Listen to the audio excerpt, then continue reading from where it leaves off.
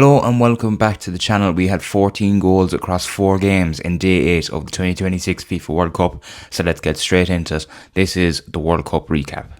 The opening game saw Czechia take on South Africa, with both teams picking up their first points of the tournament so far.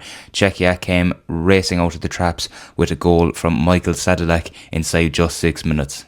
Czechia looked like they were going to hold on, but an unbelievably harsh penalty was given against them, and Pavel Sulk, the ball managed to strike his hand, but his hands were very close to his chest, but the penalty was in the end awarded to South Africa. It seemed very harsh at the time, and it still does looking back on it. The Czechs will feel very hard done by that. Their good work to go 1-0 up and hold it for such a long time went undone so late on. As I said, the penalty stood, and Teboho Mokoena stepped up to slot the penalty and convert the opportunity for South Africa to basically remain in the tournament. They have a fighting chance now going into the final group game. The one thing that I took out of the opening game between the Czechs and South Africa was it just became more eye-opening that Ireland could have really done something in this group. They looked better than both sides in that game, and I think overall they would have had a chance of qualifying for the knockouts. Mexico and South Africa, I think Mexico and South Korea, I think they would have given both of them sides a bit more of a run for their money in the tournament. You look, as I said before, I think you look at the Czech crowds that have gone to the World Cup, and I think Ireland would have created a bit better atmosphere, kind of one similar to what the Scots have shown up in the World Cup so far. So to be fair, it was very lacking of actually any pure quality, and it was a very poor game to kick off day 8 of the 2026 FIFA World Cup. The second game of the day then was Switzerland against Bosnia and Herzegovina. That finished 4-1 to Switzerland. The game was unbelievably poor up until the 74th minute, a 0-0 stalemate. And as I said, with 16 minutes to go of normal time, that's when everything kicked into life, with 5 goals going in from the 74th minute onwards. It was a much needed performance for the Swiss after such a subpar performance last Saturday night against Qatar. So that was badly needed for Switzerland. The win all but guarantees that Switzerland will be in the knockouts, whereas Bosnia and Herzegovina still have a bit of work to do in the final group game if they want to qualify for the knockout stages. 8 years from his second World Cup goal, Granit Xhaka stood up to score the 4th goal for Switzerland from the penalty spot. A great way for him, I suppose, to maybe start off the World Cup campaign for Switzerland and himself after such an unbelievable year that he's had with Sunderland. A lot of players like that, they kind of go away to Europe and you think that their kind of career is winding down and coming to an end, but he signed back for Sunderland at the start of last season. They're obviously going to be in Europe next year, and he was obviously a massive part of that. So a great way for Granit Xhaka to open his account for the first time in 8 years at a World Cup. The third game of the day then saw Canada beating Qatar 6-0. The game was over at half time, to be totally honest with you. There were 3 goals to the good, and Qatar got their first red card of the game as well in the first half. It was kind of finished as well, realistically, when Mahmoud Abanada was named between the sticks for Qatar, as he had an absolutely terrible game, one of the worst performing goalkeepers so far at the tournament. Maybe you could have Zinedine Zidane's son, Luka, in that conversation as well for his performance against Argentina for Algeria.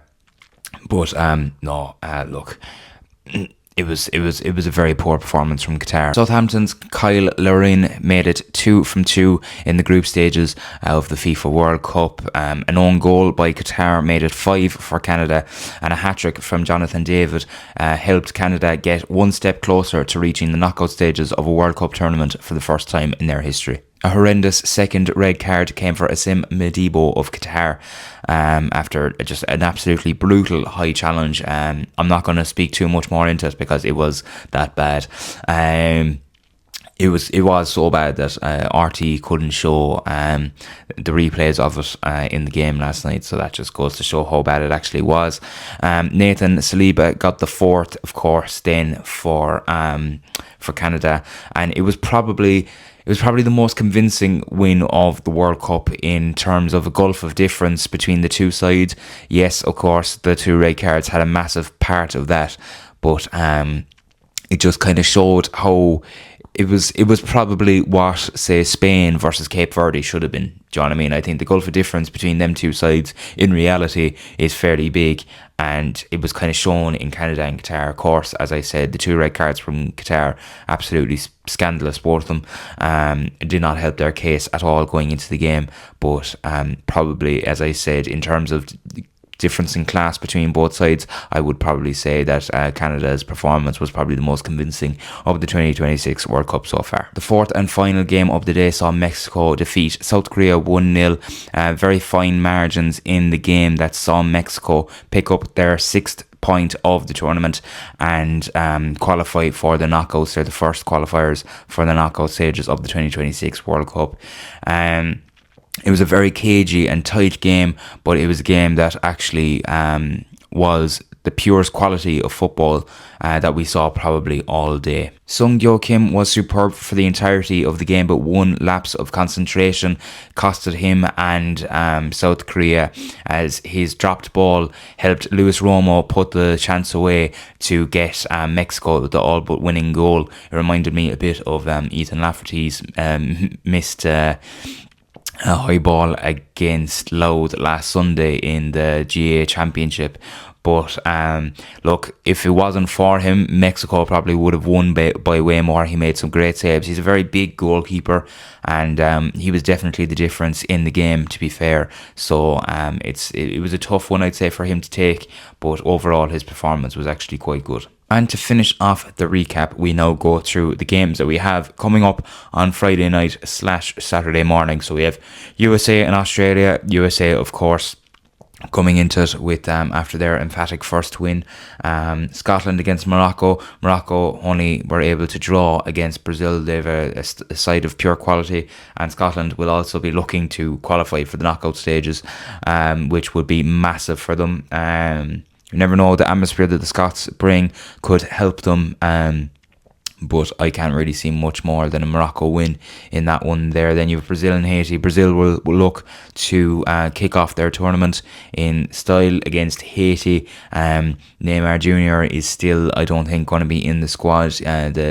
The doctors and club physios want to give him an extra game of rest, which is probably fair enough if you want the man to come back to somewhat his best for maybe the later stages of the World Cup. You want him to be as fit as a fiddle. And then Turkey and Paraguay finish up the games, as I said, for Friday night and Saturday morning. So yeah, if you enjoyed the World Cup recap, if you could like, subscribe and share the channel with someone who you think would enjoy these videos every single day of the World Cup, I'd really much appreciate it.